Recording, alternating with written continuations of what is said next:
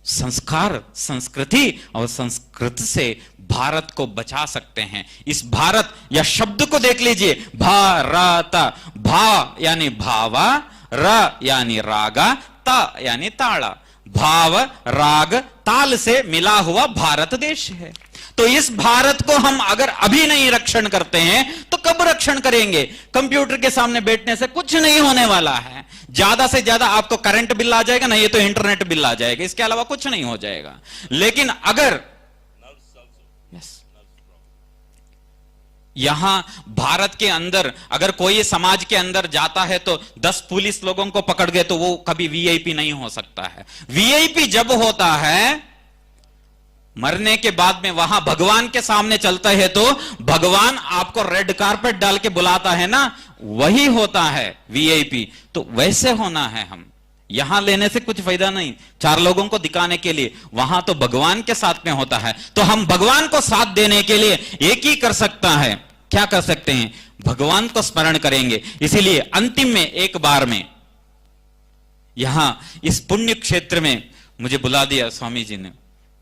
स्वामी जी चुप बैठे हैं, बहुत अच्छे बात करते हैं, बहुत विद्वान हैं, ऐसा नहीं है, बहुत विद्वान है। मैं तो थोड़ा विद्या में बहुत थोड़े कम हूं, लेकिन स्वामी जी बहुत ज्यादा है, बहुत साधन भी किए हैं स्वामी जी ने।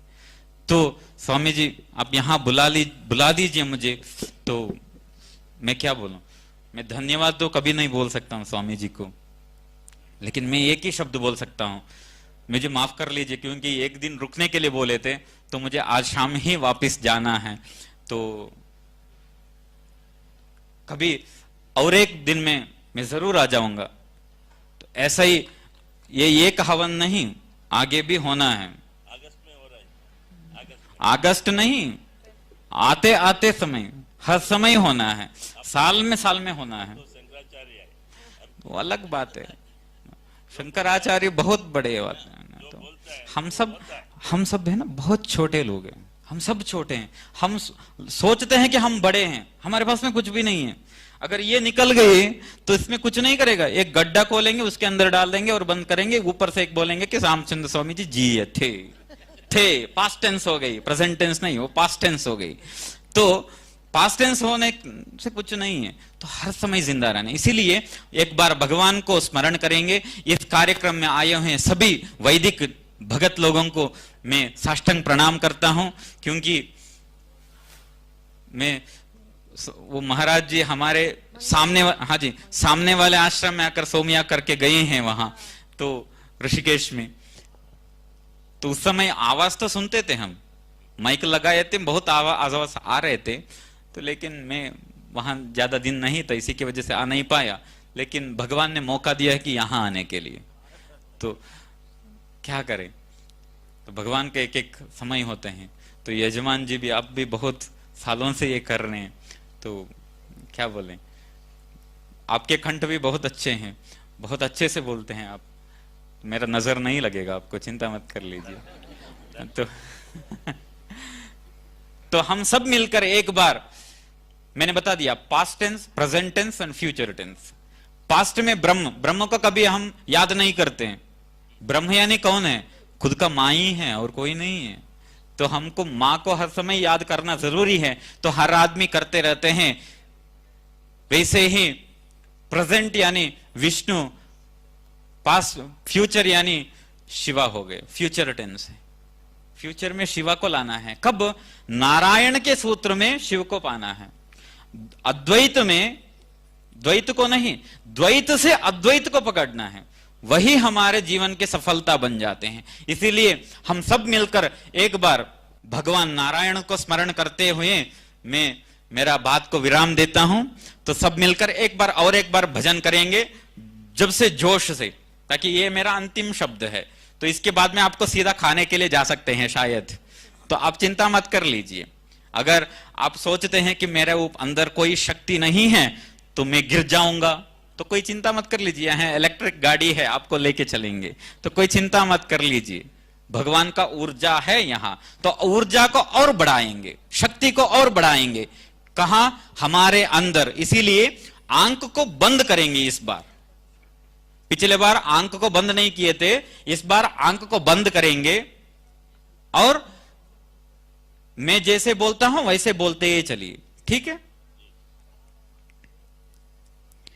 स्वामी नारायण स्वामी नारायण स्वामी नारायण नारायण स्वामी नारायण स्वामी नारायण स्वामी नारायण नारायण।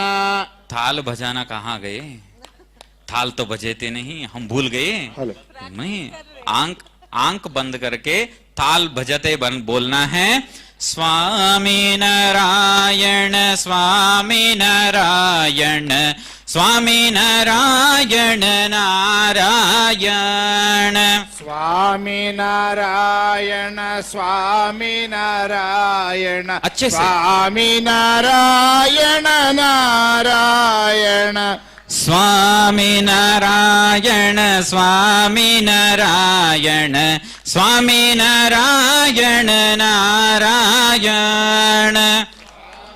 आवाज चाहिए पीछे, थाल का शब्द आते नहीं। स्वामी नारायण स्वामी नारायण स्वामी नारायण नारायण।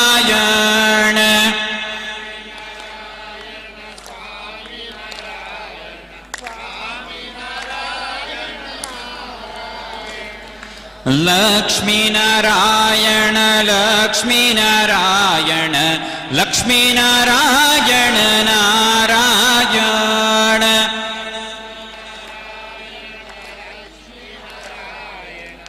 सुंदर है। लक्ष्मी नारायण लक्ष्मी नारायण लक्ष्मी नारायण नारायण।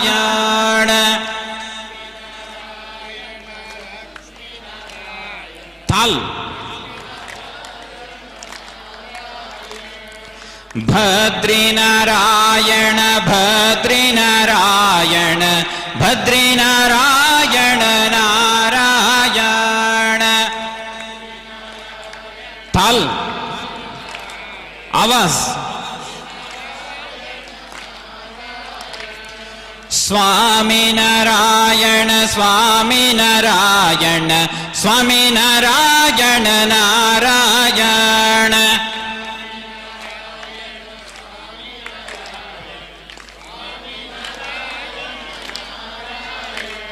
लक्ष्मी नारायण लक्ष्मी नारायण लक्ष्मी नारायण नारायण।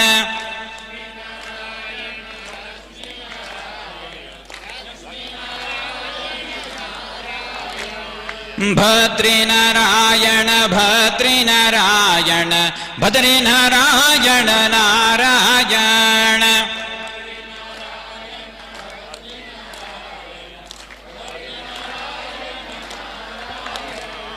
स्वामी नारायण स्वामी नारायण स्वामी नारायण नारायण।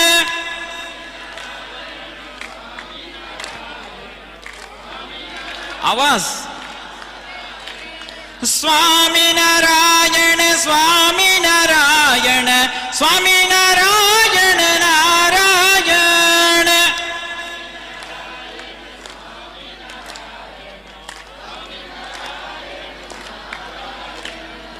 लक्ष्मी नारायण लक्ष्मी नारायण लक्ष्मी नारायण नारायण। ताल चाहिए, जोश।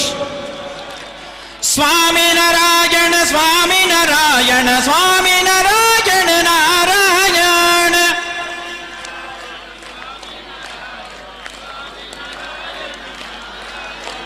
स्वामी नारायण स्वामी नारायण स्वामी नारायण नारायण।